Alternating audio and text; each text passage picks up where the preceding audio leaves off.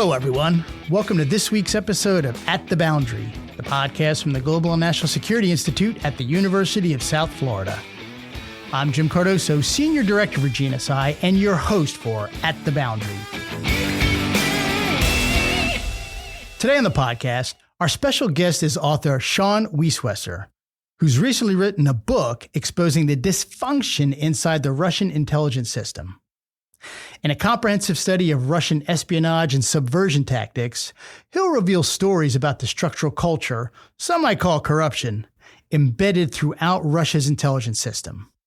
Bribery, coercion, extortion, and lies are all the coin of the realm. And he'll lay it all out for us in just a few minutes. First, some updates. We've dropped a couple new videos on our YouTube channel. The latest episode of our research initiative, The Price of Credible Peace, Security Guarantees Deterrence in Ukraine's Future, features a compelling interview with retired U.S. Ambassador Christopher Hill. He spent many years in Eastern Europe serving as U.S. Ambassador to Poland, Serbia, and North Macedonia, and was a key negotiator in the Dayton Accords to end the war in Bosnia. The second video is our latest episode in the GNSI video series, as GNSI non-resident senior fellow Chris Hunter interviewed the former vice chairman of the Joint Chiefs of Staff, retired U.S. Air Force General John Hyten. It's a direct, compelling discussion with a former senior leader who rose to the highest level of U.S. national security. Finally, there are only a couple weeks left to apply for the Student Research Fellows positions at GNSI for the upcoming fall semester. We're looking for students, both graduate and undergraduate, who are interested in the following research areas. 1, resilience and resistance as part of irregular warfare. 2, strategic competition. Or 3, society and the military. You must be a currently enrolled student to apply, but it's not limited to just USF students. We're looking for both resident and non-resident candidates. There may also be course credit available for the resident positions. You can find more information and application details on our website. Deadline to apply is June 1st. We'll drop a link in the show notes. Okay, now we're going to get a look inside Russia's broken intelligence system from someone who spent 30 years deeply involved with it, former CIA Senior Operations Officer Sean Wiswesser. His new book, Tradecraft, Tactics and Dirty Tricks, Russian Intelligence in Putin's Secret War, goes into detail with many great stories of the dysfunction and corruption that is now deeply rooted in the Russian intelligence machine. Our own intelligence expert, Dr. Jeff Rogg, senior research fellow here at GNSI, sat down for an interview with Wiswesser last week. Let's listen in on the conversation today on At the Boundary. Thanks, Sean, for joining me. Well, thanks, Jeff. It's an honor to be on with you, and appreciate the chance to talk about these issues I know we're both passionate about. So thanks. That's right. And I think I'm going to start with the question everyone does. Now, I know your career wouldn't let you write this book any sooner, but why did you choose to write the book, and why now? Yeah, so I retired end of 2023. It was another 6 months. CIA gets to decide if I can affiliate or not with CIA, and thankfully they said yes. Because if they didn't, this book never happens. But they said, yes, you can. And then I always had this idea, when I was at War College, and War College is a great leadership program, also great writing programs where I got my master's at Air Force Air War College. And so that was a few years back. And that kind of gave me the faith that, I could get back into writing because they helped me get published. And the Army War College also, a professor there, Dr. John Noggle, took an interest in my research on the Ukraine war. So I got published in British Journal of Small Wars for my thesis, and then I was in a couple of books. I had a chapter in an Army War College book on Ukraine and on Russia's air power failures, along with the role of their special services. And then I was in a book with Cambridge Publishing House called The Air War in Ukraine. I had chapter 2 with a lot of people a lot smarter than me, academics like Mike Kaufman, Justin Bronk was the editor on that book. But yeah, folks a lot smarter than me, but I was lucky to have chapter 2 in that book. So I got to thinking, maybe I can pull this off, Jeff. Maybe I could write a book. And they always say, write the book only you can write. So I was a Tradecraft expert. I retired as a senior expert in our cadre in the Director of Operations. People decided to go the management route. I had managed a lot. I was a chief of station overseas. I managed about half my career. But at a certain point, I decided I'd rather focus on my expertise, which was Russian intelligence and what we call denied area operations, which is tradecraft. And so I started thinking, if I'm going to write a book, I'll write it on tradecraft. And that's what led to the book on Russian tradecraft, which I think, as you know, Jeff, it's pretty unique in the field. People will write about a espionage case, or they'll write a survey of a service like CIA or KGB. But to my knowledge, and the expertise of Mike Sulik, who was our DDO and wrote the foreword of the book, he also said, we think it's the only one like this. So that's kind of led to the inspiration and to write the book. And I'll add to that, I saw a lot of finesse in the book. You could see that you had good writing experience and foundations there, but then you brought the practitioner perspective, and especially the contemporary practitioner perspective, which, for intel historians, as you said, there's a lot of work on Russian intelligence history, Russian intelligence organizations, but to really make it contemporary and then make it accessible, hats off to you for that. I'd like to back up a little further before even your war college preparation. How did you find your way to CIA? And I know you had a background already in Russian and Soviet history and language. How'd that help you both in your career and then in writing the book?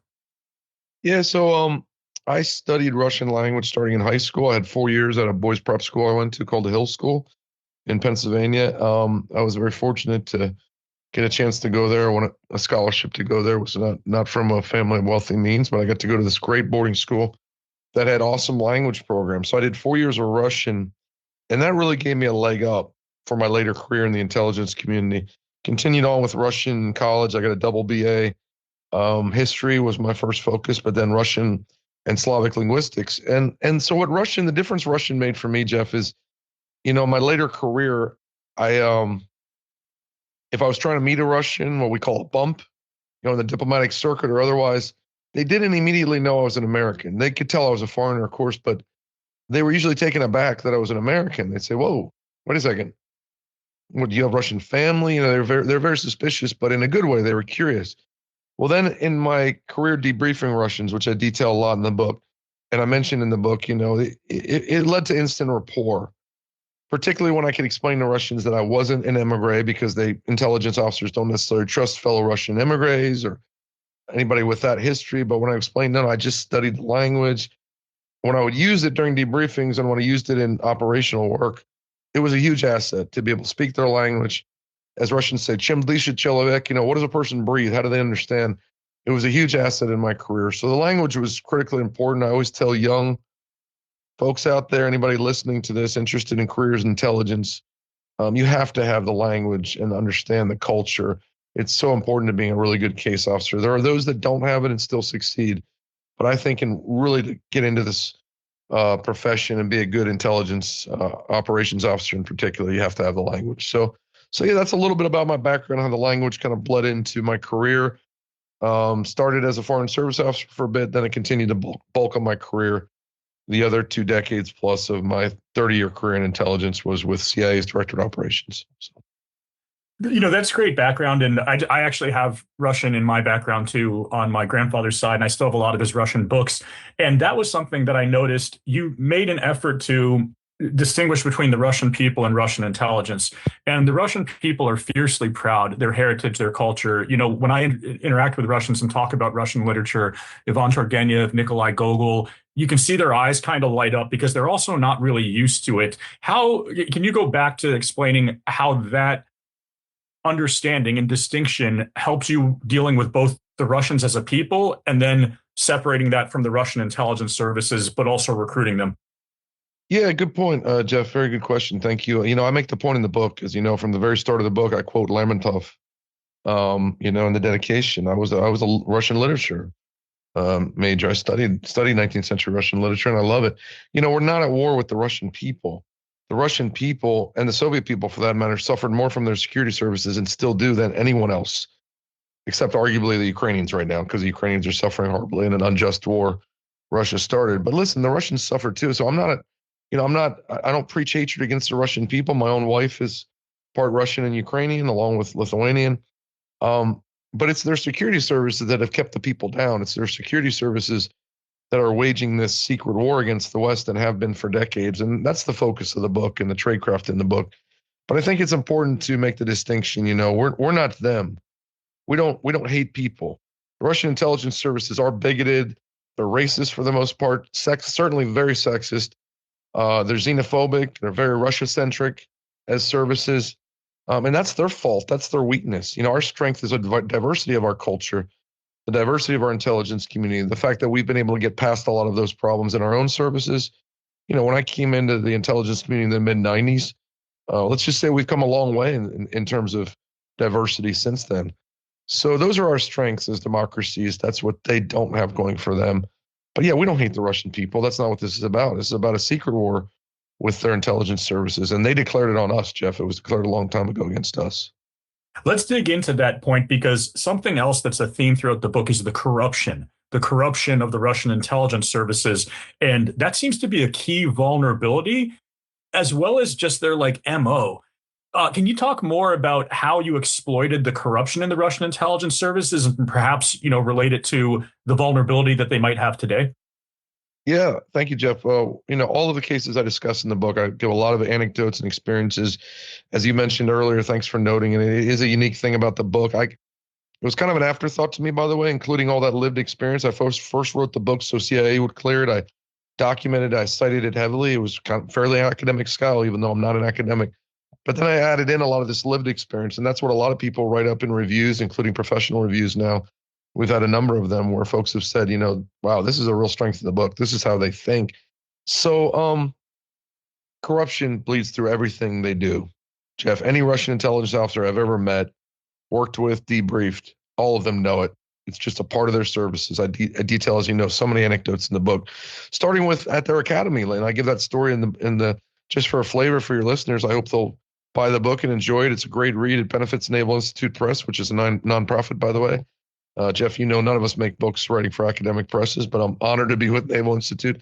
But how about that story from the academy? A young Russian intelligence officer telling me from the very get-go at the academy, they're conditioned. Hey, this is the way it works. There's corruption. He was told he can't get the top grades on an exercise because one instructor bribed another. And then they can't use their vehicles for their surveillance exercises. Why? Because the instructors take them on the weekends to use with their lubovniцы. Excuse me, their mistresses. So it's that corruption, that bleeds through everything that they do. And later on in their careers, it's much higher level. It's a feudal system. They have to feed their bosses wallets and pockets. And then at the service level, giant, vast corporations of wealth and wealth networks. It's not made up. Catherine Belton has a great book about it, Putin's People. The Siloviki, they help one another. They're all beholden to Putin and the system that he built, all the way from people like Syachin, who's head of Rosneft, former KGB officer, to the heads of the services, all former KGB, Narishkin, Bordnikov, FSB and SVR heads. They're all part of the system. And so their entire kind of pyramid networks, just like mafia clans, they feed up to the top, and everybody's a part of it, and everybody has a stake in it. But that's also, Jeff, the final point is I'm making the point in my research and my work in the book. It's a weakness, too, because not everybody wants to be corrupt. There are Russians who generally want to serve their country, generally love, the Rodina, love the motherland. And they come on board like one of those defectors I mentioned who said, this is ridiculous. I'm not going to be a part of this. And then he was made fun of and picked on for it. Or Sergei Tretikov that I mentioned. I had the honor to debrief, former deputy resident in New York, sadly passed away a number of years ago, but had a great career as a defector, too, helping the United States as an American then after he decided to work with us. And he couldn't stand the corruption. He hated it. So something else that I'll relate to that stuck out, a story that you gave about a young recruit who was made to go clean the kitchen. And, any of us who served in national security, the military, you understand that there's a certain degree of, I don't even want to use the word hazing, but that's the popular term. But, you have to pay your dues. You have to be willing to pick up a broom and clean. But there it's almost like it's to establish a caste system or to establish a hierarchy.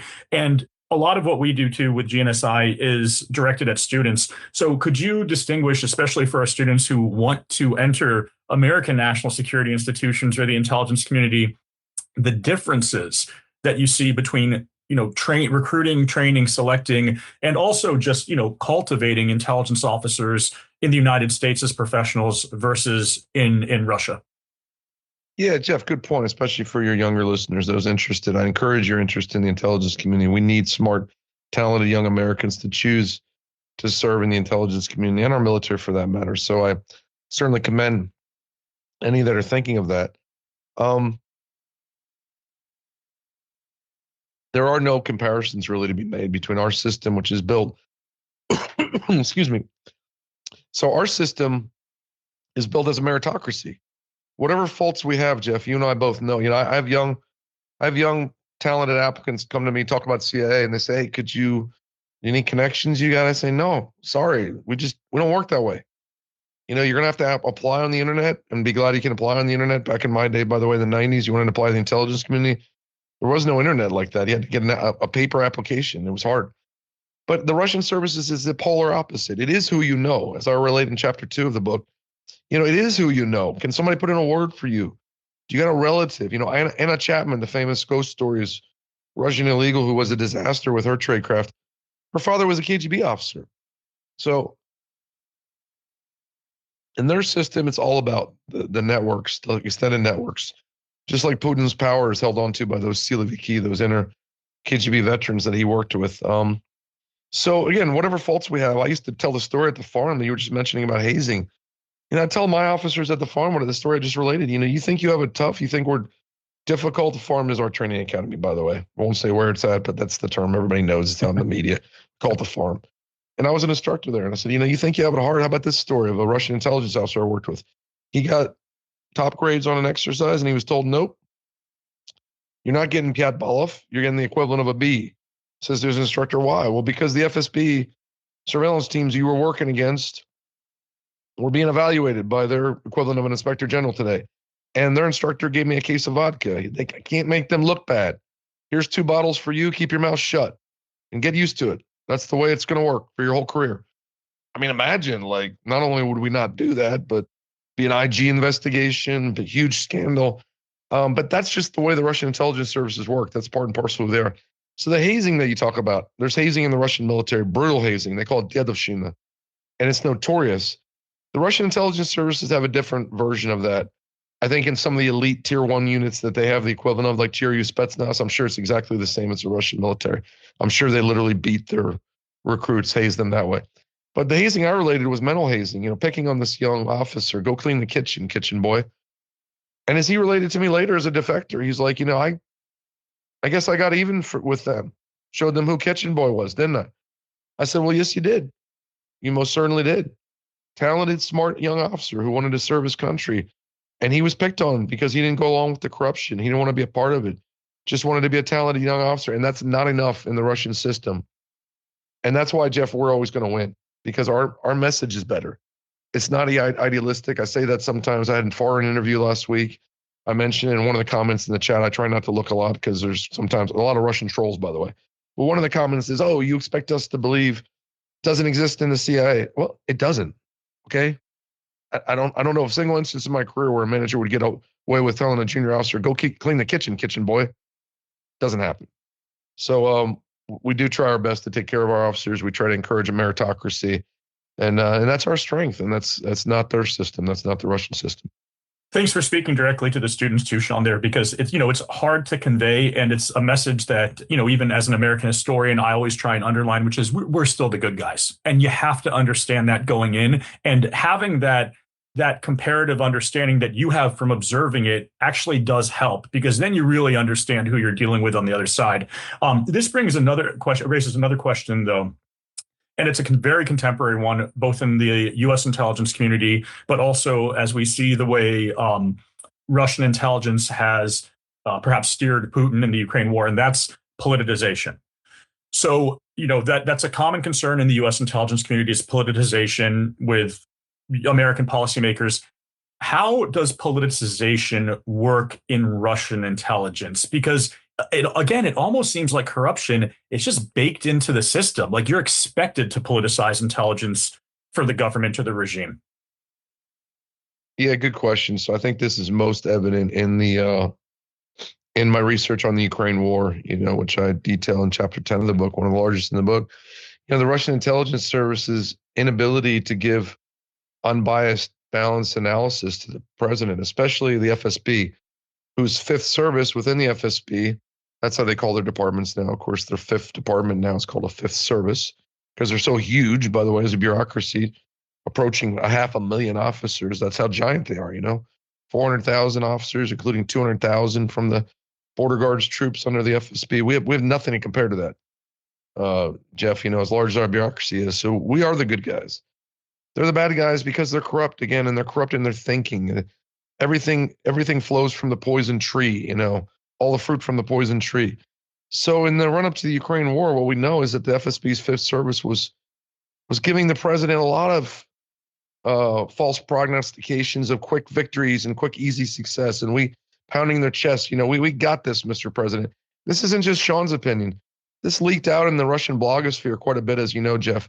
And it's the only form of any freedom of the press, I believe, left in Russia at all, is what you occasionally see in the Russian intelligence and military blogosphere. And it doesn't stay up very long before it's taken down, or they're scared. But they will. These veterans will post, and they'll talk about it. And it was talked about early in the war. It was leaked that, FSB generals and senior officers had already picked out apartment blocks in Kiev they were planning to take over. This will be my FSB units apartments. I want these right here. I claim these. How immature, how childish, this is war we're talking about. This is aggression on the largest scale since World War II. And these petty, corrupt, idiot chinovniki, Russian word for bureaucrats, idiots, they're picking out their apartment blocks before they've even won the war, So they are corrupt. They're corrupt in their thinking. And I think more and more, Jeff, Putin suffers from a bunker mentality like Hitler did at the end of World War II. He's surrounded by FSB generals and military generals. Nobody's willing to tell the boss the bad news. And that's what they call him, by the way. That's also how they refer to him. He's the chef in Russian, the boss. Also, very much a mafia clan-style structure, Can't disappoint the boss. The boss said that he wants this done. We're taking care of Ukraine. Boss gets what boss wants. Shows the danger, by the way, of intelligence services not having their independence and getting caught into groupthink. And we've been guilty of that too, Jeff. Well aware. You and I both remember Iraq, WMD debacle, CIA had egg on its face as much as anyone else. But, we have commissions to deal with the outcome. We learn from it. We grow. The entire intelligence community in the United States changed because fundamentally of our errors with Iraq, WMD, and the 9/11 Commission. Not going to be any Ukraine commission in Russia ever. Not under this type of government, not under Putin. So there's no accountability whatsoever for their intelligence failures. That brings me to a question, too, about continuity versus change. You mentioned just the long-term trend, calling the boss Stalin the boss. You just noted, I was reading in another interview, the bunker mentality. And one of the ways that Putin, who was an intelligence officer, is trying to, I guess, resecure himself is appealing to Russian intelligence history. And especially, I think years remind me in the fall of the Soviet Union, statues of Iron Felix Dzerzhinsky, the original Chekists, were taken down. But then with Putin, it was the resurgence of the Chekisty, the Russian intelligence officers who traced their lineage all the way back to the Russian Revolution. How do you think Russian intelligence has changed versus what remains the same? Like, what are the bottom lines Americans need to know about how Russian intelligence has operated and will continue to? Yeah, Paul Colby, former boss of mine at CIA, very smart senior officer at CIA and a senior fellow at Harvard's Belfer Intelligence Project. Very proud. I had his endorsement for my book. And Paul's endorsement, I told him afterwards, was also one of the best synopsis of Russian society and government today of any of them. Paul said, if you can't understand Russia today without understanding the role of the Russian intelligence services dominating that society. And then he goes on to compliment my book, which I appreciated very much. But Paul knows, he spent a lifetime also, like me, and at even more senior levels than I ever achieved. Paul understands. He was a chief of station in Moscow. You can't understand Russia today without understanding Chekism, the cult of the Chekists that Putin is so much a part of. Jeff, this started off, this is mythology. It really is. It's mythology. Because Putin places the Chekists and the KGB as the elite of Soviet society. Well, they were running the damn thing. They were running the show, right? And the Soviet Union was a disaster. Nothing worked. My wife was brought up in that system. She's Lithuanian. Her father worked in the Ministry of Interior. Her mom worked at a rocket factory. And they'll tell you, like that generation knows, nothing worked. Everything was falling apart. Everything was corrupt at every single level of the Soviet Union. The saying was, if you don't steal from the state, you're stealing from yourselves. So everybody knew they had to do something to get ahead because the stores were empty. You couldn't get anything on the shelves. My wife remembers standing in lines for much of her childhood. Her mom would go put her in a line and put her sister in another line. She'd go wait in the third line. So what the hell is there to be proud of in that culture, in that society? That was the broken Soviet Union, and that was the Soviet Union that the KGB helped build. But in Putin's mythology, you know, the KGB, they were the elite of society. They helped win World War II. Again, no reverence for the real history, no respect for the real history, which is that the NKVD under Stalin, they decimated the Soviet military. Their purges killed some of the most talented officers. So when the Germans attacked in 1941, the Russian military was naked, bare of any real professional officers. They had to rebuild their entire military officer cadre, and that's why they took millions in losses early in the war. So again, this is all mythology. Putin cultivates this myth. What does the myth say today in Russian society? Jeff, here's the salient point. Why they're pulling on this history, why they're resurrecting the statue of Iron Felix now at the FSB Academy last month. It's now the Dzerzhinsky Academy. In the 1990s, you couldn't get away with that. Not under Gorbachev, not at the end of the Soviet Union, not under Yeltsin, because everybody knew these are bloodthirsty, tyrants. Iron Felix Dzerzhinsky terrorized the early Soviet people. There's memos, historical fact. Lenin told Dzerzhinsky, we need the terror, his exact words. I need you to institute the terror as fast as possible, as thoroughly as possible in our society. We need the people to be afraid of counter-revolution. So when Putin talks about reverence for the Chekists and Chekist culture, that's really what he's talking about. And that's what you see in Russia today. You see fear. People aren't even allowed to call the Ukraine war a war. It's not even a war. They're not even allowed to say those words. And so that's the total control. That's what they're aiming for. What did we see recently in the news, Jeff? Just more evidence of this. I mentioned in my article I had out this week for Foreign Policy Magazine. I hope some of your listeners will check it out. I talked about, unfortunately, don't believe the rumors about Putin being weak. Now the FSB is attacking Telegram, one of the only apps in Russia, very popular among the youth. Why? Because it's a threat to them. Can't have apps out there that the youth are using to talk with one another and exchange views and have any type of, democratic free debate no, got to clamp down on that. That's a threat to the regime right there. So it's telling, Jeff. Those signs are very telling. It's also telling, by the way, that the FSB never left Lubyanka prison, where tens of thousands, if not hundreds of thousands of Soviet citizens were killed in Lubyanka. It's still FSB headquarters in the middle of Moscow. Alexander Botnikov, head of the FSB, it's where he reports to work every day.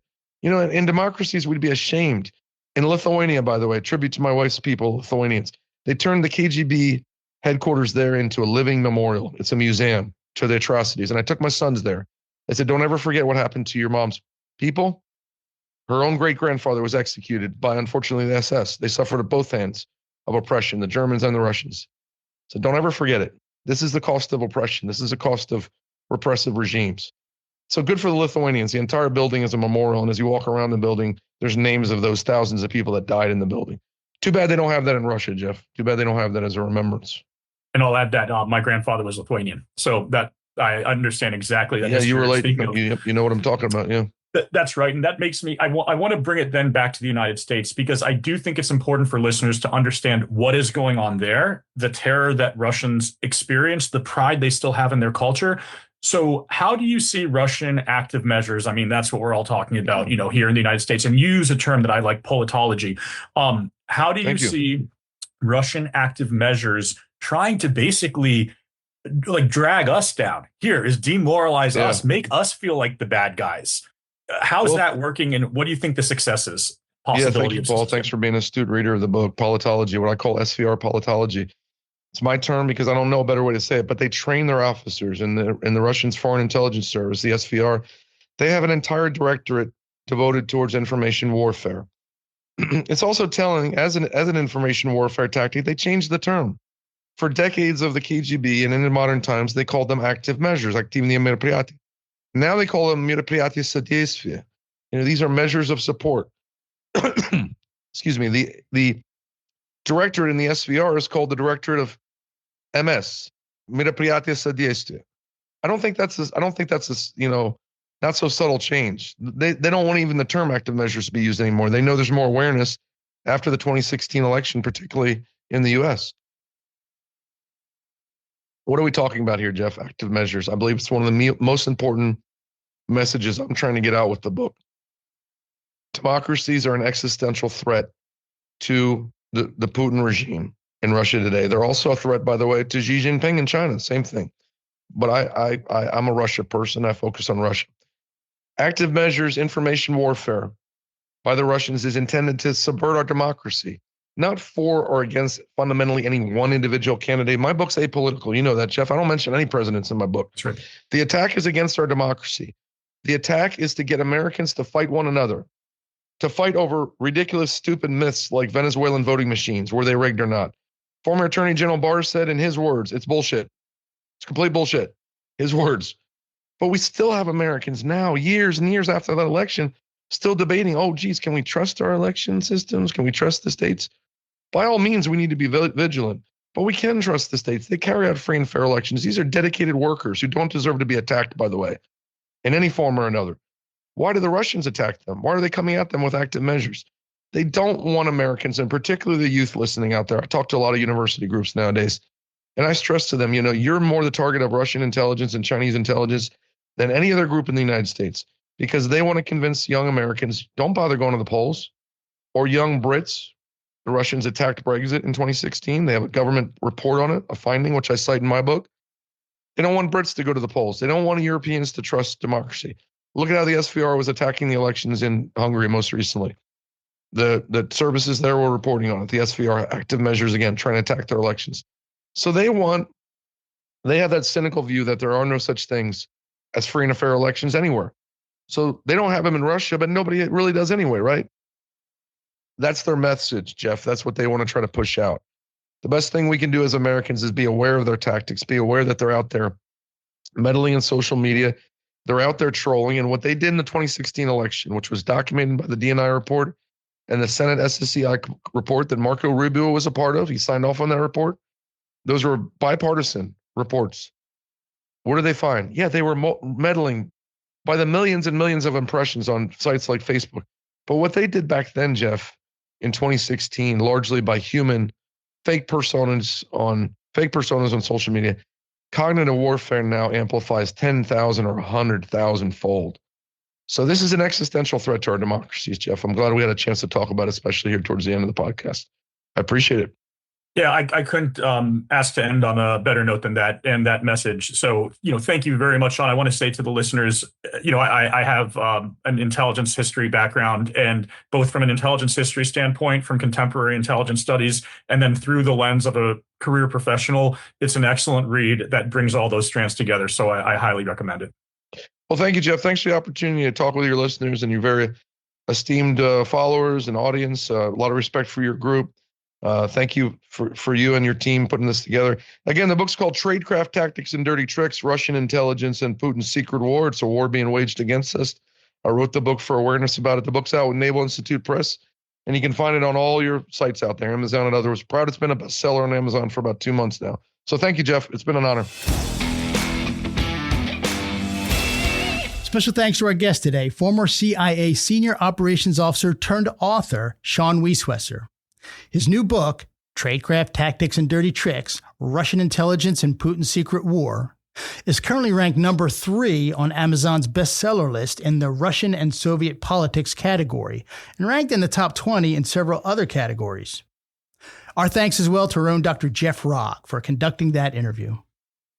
Next week on the podcast, we're diving into a topic that would have seemed unthinkable as little as a year ago: the national security risk posed by prediction markets.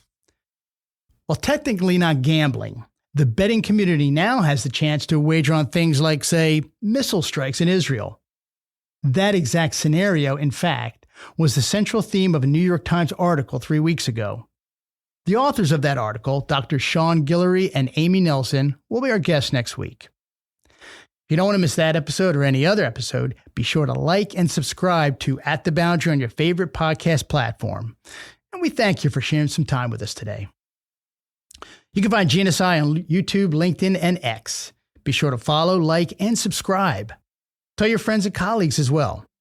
And be sure to sign up for our monthly newsletter. You can find all this on our website at usf.edu/GNSI.